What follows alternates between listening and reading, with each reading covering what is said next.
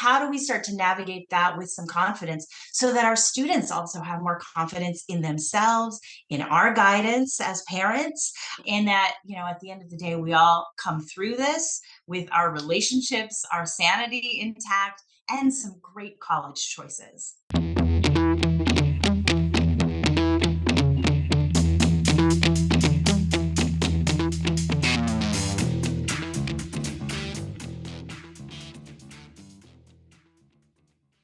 Hi, everybody, and welcome back to Don't Force It, How to Get into College Without Losing Yourself in the Process. I'm so excited to kick off a new season of the podcast. And today we're going to start with a replay of a webinar that I did last May on what really matters in college admissions.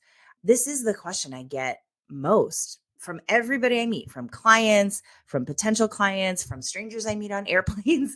This is what everybody wants to know. So I thought I would put down some answers for you. And obviously, since this is a replay of a webinar, there are slides that I'm talking about. I will make sure that the YouTube video of this webinar is linked in the show notes so you could actually just go watch it.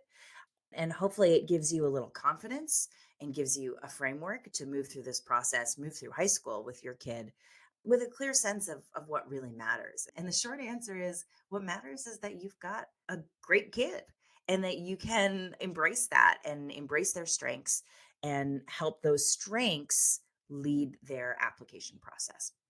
So take a listen. I'll see you on the other side. Really excited to have you all here today to talk about what really matters in college admissions and selective college admissions. I know this is a hot topic. It's probably the question I get asked, I don't know, 20, 30 times a week. And I have an answer that I'm really excited to share with you all. And I will also start us off with some reflection questions. If you can, tell me in just a few words what you think actually matters in college admissions. I hear all sorts of things, and there's no one answer that encapsulate everything. But I know a lot of us come into this having some clear ideas or clear expectations of what we think matters in this process. How does that make you feel about your kids' prospects for college? Are we feeling good? Are we feeling confident? I don't think you would be here if you all were, but hopefully we're somewhere along that spectrum. How do we feel? We're worried, right? We're really worried. Where do we go? How are we going to survive this? Given that we're feeling that way, we think we know what matters. We're feeling like, oh gosh, we have no chance. How does that make you feel about yourself as a parent? I know I'm asking the real questions here. But here we are sharing our, most vulnerable feelings, that we're feeling defeated as parents, lost. We don't know how to help our kids. We're stressed about their prospects for the future. We don't really know what matters, right? I want you to take some comfort in the fact that you're among a whole bunch of other people who feel the same way. You are not the only people feeling this way. You're not the only people with these questions. And I think the more we can confide in each other, the better off we will all be. And so, with that spirit today, I want to take you through what actually matters in college admissions and how you can start to navigate those feelings, especially when you're feeling lost or lost at sea. How do we start to navigate that with some confidence so that our students also have more confidence in themselves, in our guidance as parents, and that, at the end of the day, we all come through this with our relationships, our sanity intact, and some great college choices, right? I want your kids to have all of the options so that they can grow into the people that they are meant to be, right? So that's what we're here to talk about today. I heard from a parent that I was talking to just a week or two ago. She said, in this process, it feels like you're everything or you're nothing. Like if your kid is not the top of their class, winning all the awards, getting the highest scores and grades, then they've got no prospects. Why should they even bother? right? Of course, I corrected her that that's not actually true, but that is how it feels. And that's definitely kind of the media narrative that's going on. I'm sure a lot of you are wondering, what chance does my kid actually have if this is what we're up against? And then many of us are probably also feeling like, am I becoming one of those parents? Am I becoming so, anxious and controlling and micromanaging that I'm going to be pushing my kid away by pushing them to do things that I think will be important for their college process? And that is a hard line to walk, let me tell you. And it is probably the biggest reason people seek out my advice is because they want to get through this without losing themselves or their kid in the process. So I'm going to get right into it and tell you this is what we do. I call this the match pyramid. And colleges are looking for a match. They are not just looking for the best, right? Even though a college application asks for grades and extracurriculars and all of these sort of elements of a student's educational profile, they're not just looking for the people who are at the tippy top of each of those categories. They are selecting, it's not a competition, it is a selection. They are selecting for match, right? They know that the better a student matches their academic profile and rigor, their particular values and philosophy about the world, their institutional priorities, the better off that student is going to be in their school, right? That student is going to succeed academically and socially, and is going to also contribute something remarkable to their campus, right? And I know that these are fairly abstract terms. I'm going to break them down for you. And as we go through each one of these, I want you to kind of think about, where does your kid fall? And where are some gaps we might be able to fill? Or how is this going to give you a new way to talk about the college process with your child? I also want to point out, before we start our kind of deep dive here, that you can't have any one layer of this pyramid without the others. There are some general priorities here, like academics is the broadest, strongest foundation you want to set for yourself.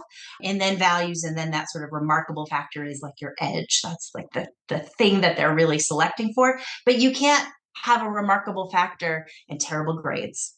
You can't not have a clear values match, but a really strong academic profile and expect to get selected, right? These three things have to go together. And I'm hoping that this gives you some confidence that you don't have to choose between raising a good human and going to a good college, or helping them get to a good college. And I'll talk more about that as we go. Some broad definitions first. Academics is, how are they doing in school? Their grades, their test scores, their executive functions fall into this category. Values, who are they as a person? What is meaningful to them? What do they see as maybe their purpose, if they have one yet? That's always changing, of course. And how do they treat other people? How do they show up as a person? And then that remarkable factor is like the thing that makes them special. And I will tell you this, and most parents don't believe me, but they already have it. You just don't know what it is. They may not know what it is, but it is already in their DNA. It is already a major part of their life. You just need someone with sort of a broader perspective to help you see what that is, so that you all can lean into it. This is not something you're going to go and invent out of whole cloth. Same with values. Same with academics. You're not going to turn them into a straight A student if they're just not one, right? You can close the gap and help them get better academic skills and executive functions in place so that they can perform better. But we can't turn students into something that they're not. And that's a message you might hear me say often in this presentation. We need to be thinking about the college process for the student that you actually have, because we want them to be successful in college. We're not going to be choosing ideal colleges for an ideal student that has no bearing to the reality of your student's academic abilities or character, or their interests, right? This won't work if we're trying to do it that way. All right, let's go and take our deep dive into academics.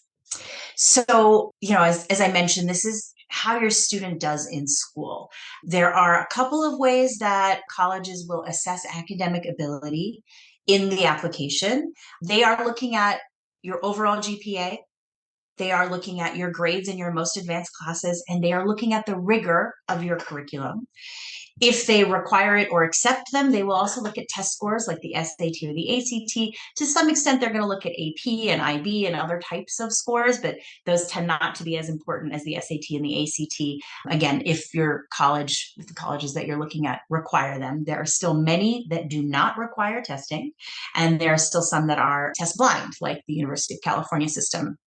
And underlying those things is executive functions. This is kind of the functions of the brain that help you get things done. This is time management, organization, setting priorities, impulse control, and things like that. If these are weak in a student, you may feel like they're not reaching their potential or they're not putting in enough effort. You may call them lazy. But oftentimes, what this is that there is a set of skills that they have not fully developed yet or learned to accommodate, right? And we could talk more about executive functions if this is something that seems like it is relevant to your student. And it's certainly much more common after the pandemic that students didn't have a chance to really develop these executive functions. And so they tend to be a little weak. Kids don't know how to study, they're not organized, they're procrastinating. All of these things kind of fall into that category. And as you can kind of tell, if you have some challenges in executive functions, that's going to show up in your academic performance. If you don't know how to study for a test, you probably won't do that well on a test, or maybe you could do better. And so executive function is not something they're explicitly measuring on the application form. They're not asking for a neuropsychological evaluation or anything like that, but they are indirectly measuring them by looking at your academic performance and, of course, looking at your extracurriculars and how you manage all of that together. Now, this is probably pretty obvious to all of you. So we start with the foundations. A lot of college admissions consulting companies or independent educational consultants, this is kind of where they stop. Let's make sure the academics are really strong and you're just doing the best you can in these areas, and then we're going to apply to the colleges. But I will show you that there's more to the puzzle than just these foundational pieces. And before I do that, I want to show you some of the ways that this is measured. So I'm going to show the actual form that high school counselors fill out when they are supporting their students applying to college. This is part of a common application. You can Google common application school report counselor form, and you will find this form. It's not a secret to anybody, but this is one of those things that your student doesn't actually see or fill out themselves. So you may not be as aware of it. And some of this information is just sort of general information about the school itself, right? What kind of school are we talking about? What's the setting? What kind of courses are offered? Is there a block schedule? And things like that. Then they're asking, do you rank your students? And how do you rank your students? And they do actually say, what is the student's rank? Right. So if a school ranks, they're gonna ask for that. Then there's some information about how they calculate a GPA, what the school considers passing, and then again, the student's cumulative GPA. And then down here is where I really want to draw your attention. They're asking about the curriculum that the student has taken, the classes that the student has chosen to take. How do they compare to other students who are on the college track?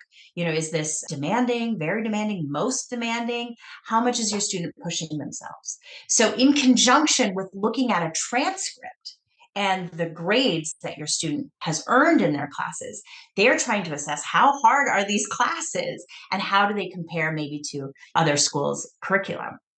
And so this can be a really important part of the context that college admissions officer is considering when they're evaluating your specific student. And a general rule is they want to see students taking the hardest classes that they can do well in.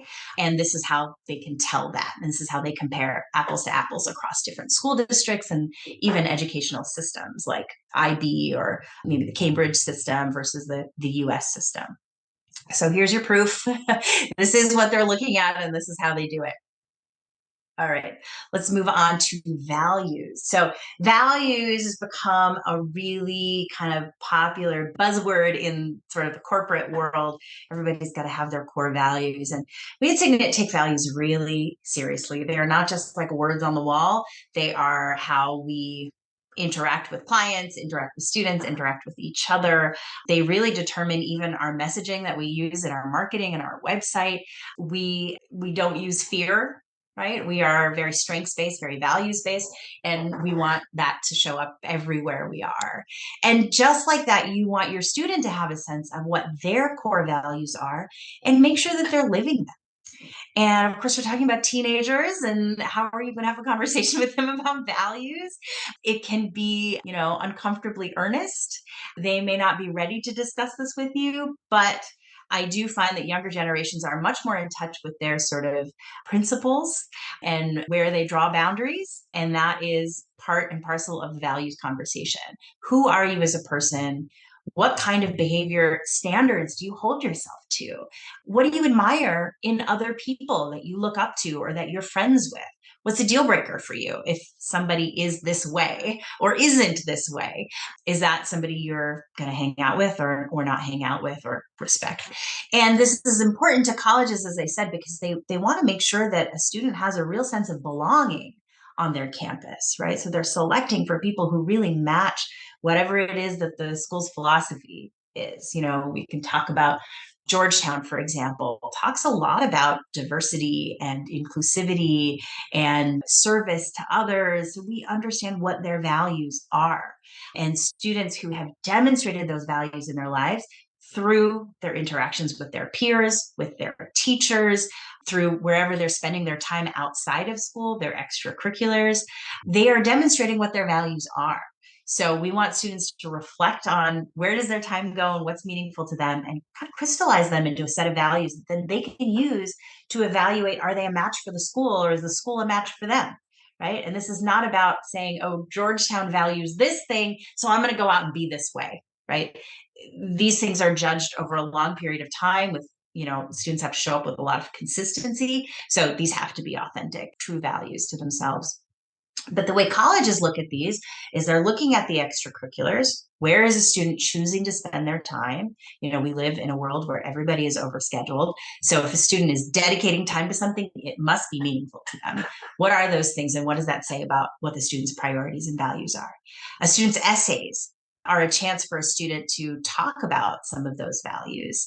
They'll tell stories about when they made a decision about something, or they had to resolve a conflict, or they got really motivated about something and they grew in some particular way. And those are really all value stories. So that's, one of the big places that colleges will look.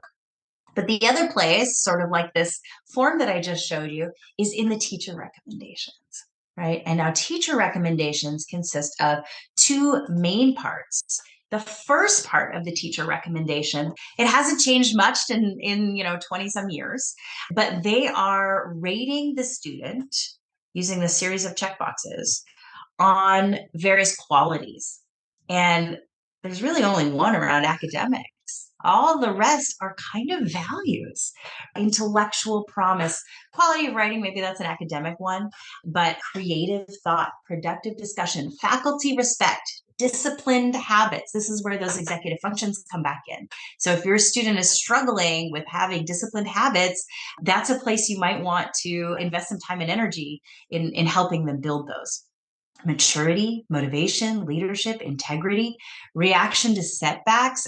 Integrity is not saying you have to have this specific value. Integrity is how much a student lives in alignment with their values. That's integrity, right? Concern for others, I think, is a really great one too, because, how a student interacts with their peers in the classroom, in the hallway, is something that teachers will remark on. And if they can show up, living their values all day, every day, teachers are going to notice this and it will make it into their recommendation. So that's really the way you go about this.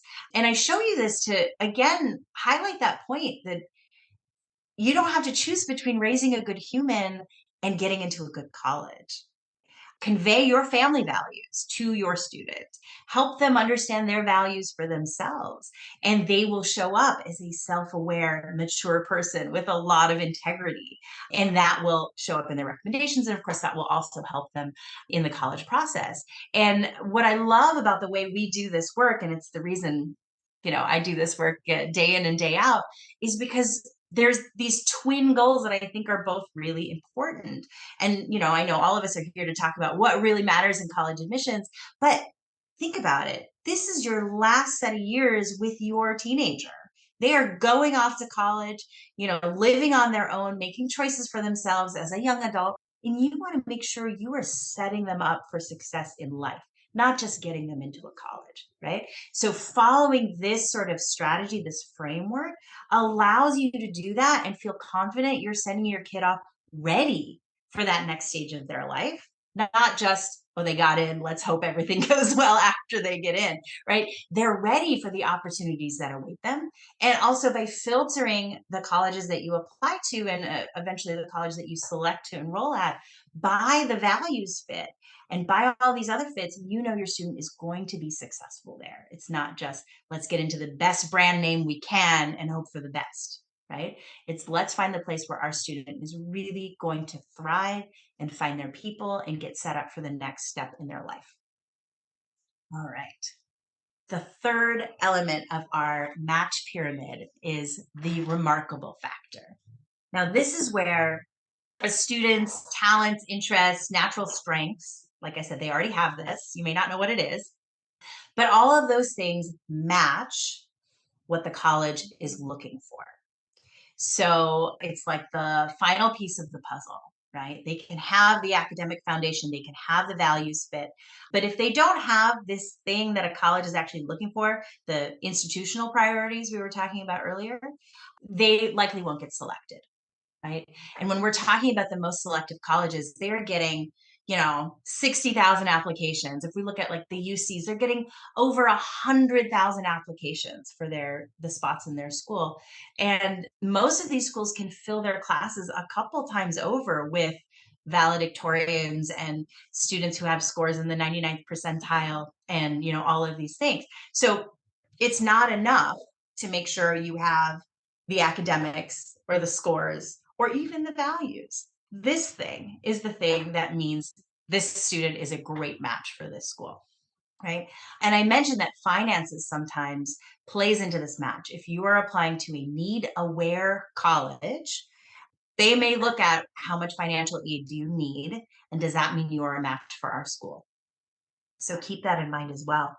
And let me tell you how you can tell not necessarily what your student's remarkable factor is, but what a college's institutional priorities are. Now, there are lots of ways to get a sense of this, and they don't just come out and say it. That's a little unfortunate, but we can, keep advocating for more transparency from their side. But there are things that you can look at to help you understand what their priorities are. And these priorities range, right? Like they may want to be building a new major out. They may have started a new center for something and then they need, scholars and students to come in and populate it.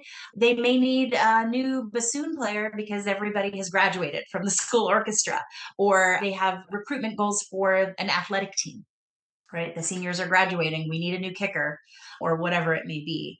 And so those are different sorts of pieces that you can look at, especially if that's one of your students' talents or interests. But what I've got here are just a couple of headlines from a few different colleges. And if you just go to a college website, there's always like a news feed on it. I encourage you to look at that as you're researching these colleges to, check if they're a fit for your student because you can tell a lot from what they are touting and where they are investing their money. I'll talk to you about Carnegie Mellon here. Now, Carnegie Mellon, I think stereotypically is seen as a very rigorous STEM focused school. They also have a different academic unit for different types of subjects. So there is a school of computer science, there's a school of arts and humanities, the other sciences are in another school. So there are these sort of siloed institutions within the overall college. It really gives the impression of not only just being this rigorous STEM institution, but also that it's not very interdisciplinary. There's not a lot of collaboration or creativity. But one of the things Carnegie Mellon actually really does have amazing strengths in is in the arts, right? Theater and actual like an art school. And what they just announced, this was like within the last month, they just broke ground on this new building. And I can't remember how many millions of dollars they spent on it, but it's a lot of money. And the real headline here is that it's going to bring together science, technology, and art. in one building. And this not only goes to kind of counteract that maybe prevailing narrative of like a STEM school with that's very rigid and separated, with a center that is meant to be extremely interdisciplinary and collaborative, but it's also telling us they need students who are interdisciplinary and collaborative, right? So if you're a student, I've had lots of students like this, like, how do I choose? I love poetry, but I'm also a bio major. What do I do with this? Those students have a great home here at Carnegie Mellon, and maybe it would have been overlooked because of what they previously thought about the school. But this also helps them know, oh, I got to tell them this story about how I did this creative project and I collaborated with, all of these technologists or whatever it was. It helps you understand how to position yourself for that college. Now, you might not do that in your main college essay, but most of these colleges do have smaller supplemental essays where you can start to speak very specifically to what you have gauged their priorities to be. I'll just speak very briefly about the Colby and Muhlenberg headlines here. These are two small liberal arts colleges that most people don't think you go to study hard science or technology. But Colby just received a gift to build up computational and data science, right? So they are going to be looking for students who definitely overlooked Colby if they were looking for a CS degree or data science degree. Colby was not where they were looking. But now this is a real opportunity for students. In the Muhlenberg headline, I actually included some of the article here too, because it shows you that when they invest in projects like this, it's not just about, improving their campus and reducing their carbon footprint. They're getting opportunities for their students to do internships and site visits. They're going to have a classroom in this renewable energy project. So that's a really amazing hands-on way for students to learn, right? So they're investing in this area and they're giving new opportunities to students. So that might be really interesting to a student who otherwise would never have considered Muhlenberg College to go and study renewable energy. All right. I hope that gives you a sense of what I'm talking about here when we're talking about the match, right? And now, what the thing to do is to think about, how do you take this information back to your student? What do you do with it? I've showed you that these are the three things, these three big buckets that colleges look at and are selecting for. But what does that mean now? Right. And at Signet, we kind of take these three steps. And this actually maybe should have been a circular diagram because we're going to do it over and over and over again. The first place we focus, like our little cat here, we look in the mirror and we reflect. Who am I? What are my values? What are my strengths? What are the moments I'm really proud of? What are the things I'm really interested in, whether I think it's special or not, or I'm maybe embarrassed that I love this thing this much? What are those things? Because, like I said, students don't often know how amazing they are. They always are. And it takes somebody with a perspective like mine or the people on my team where we've worked with thousands of students. We've read thousands of applications. We really understand what's different about your student against everybody else. And you and your student, you see each other all the time. You might not know that they're that special, or you may have, some other frame of reference of comparison. So we help them reflect in sort of a safe space without judgment to really get to know themselves and not shy away from that, because that is really a big part of just adolescence in general, trying to figure out who you are and who you want to be and how do you get yourself on that path, right? So that's where it starts. Discover yourself. And that does take time. And I'll give you a timeline in a minute. Then we do this thing we call run the pyramid, which really is about taking what we learned in that discovery and applying it to the match framework of saying, okay, where are we academically? Do we feel like we could be a little stronger with this academic skill or this executive function? Are there things that you can already see? Oh, that's not me at my full potential for this part of the pyramid, right? Just really honest self assessment. Then the values. Where are your values right now? Where do we not have clarity? Do we have we captured a value for the significant parts of your life? And then, of course, the top of our triangle, what's remarkable about you? And it's really, one of the joys of my work is to get a student to see how remarkable they are. and really start to believe in themselves in a new way. It's really fantastic. But as we run this pyramid, we're always noting, hey, we could get better at this, or maybe we change that, or maybe there's a book I can read that will help me get clear on this value, or delve deeper into this subject that I think might be my remarkable factor. And that's what we call bridging the gaps, right? And this is not a mad scramble to turn themselves into something they're not. It is not a rescue mission or laying a fake layer over top of whoever they are. As you can see my image here, this girl, even though she's walking through a jungle on a pretty slim little bridge there, she looks really confident and she's excited about what's on the other side of that bridge, right? And that's the kind of posture we want to take here. We may not be able to close all of the gaps. And in those cases, especially if you're in the stage where you're starting to evaluate colleges for your college list, if that gap is not closable, like this college is really looking for an average 3.9 GPA and your students down in the twos, we can't, change history and close that gap. We can shorten it, right?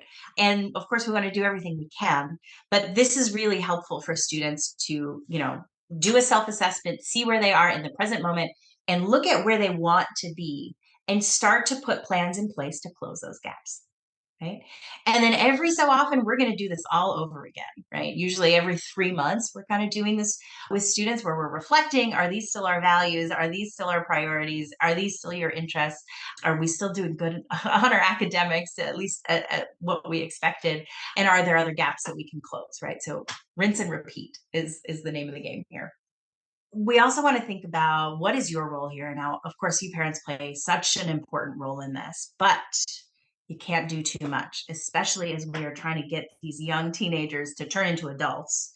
We have to know kind of when to step in and when to hold back, when to let them try something on their own, when to let them ask us for help instead of swooping in and giving the help that we think that they need. So my recommendation here is you can hold the framework, but they have to engage in the growth, right? They have to do the reflection. You may sit with them and brainstorm, hey, I remember this thing happened and it seems to me one of your core values might be this. Perfectly fine. You can't say, here's a list of your core values. I thought about it. You don't have to do any work. Okay. This is about engaging them in the process, giving them some ownership of the process of developing themselves into who they're going to be. And again, I want to say you don't have to choose between raising a good human and getting into a good college. You may have some work to do to figure out what good means in terms of good college, but the goal here is to help your kid, navigate high school successfully and get to the right place for them to launch them into their adulthood and career and broader lives. Okay, I promised you a timeline.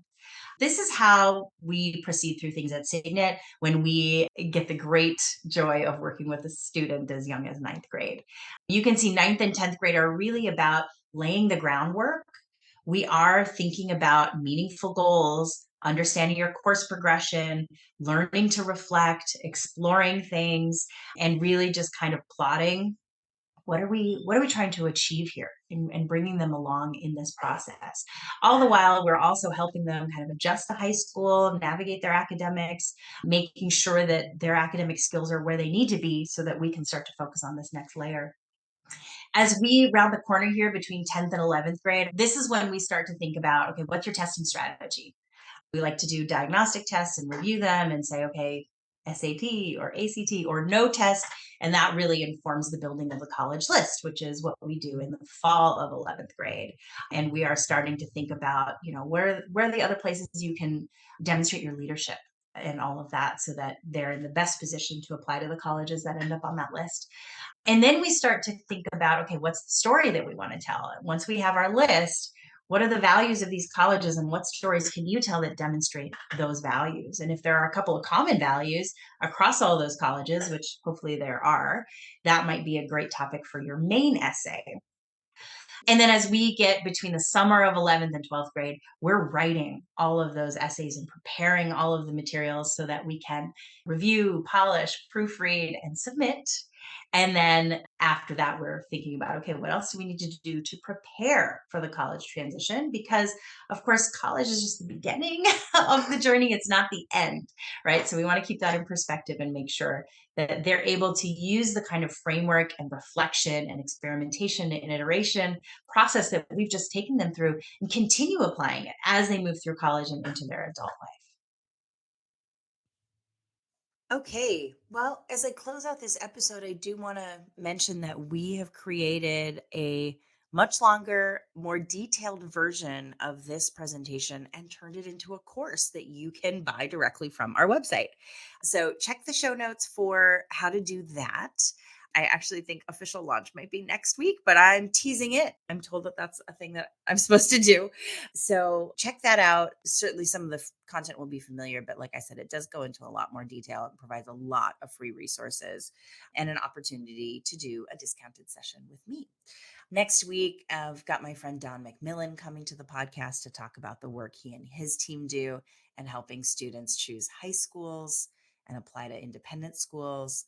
And this month is going to be full of goodies for you as we ease back into the school year. I can't believe summer's already over, but I'm right here with you and we'll get through this together. All right, everybody. Thanks so much. We'll talk to you next week.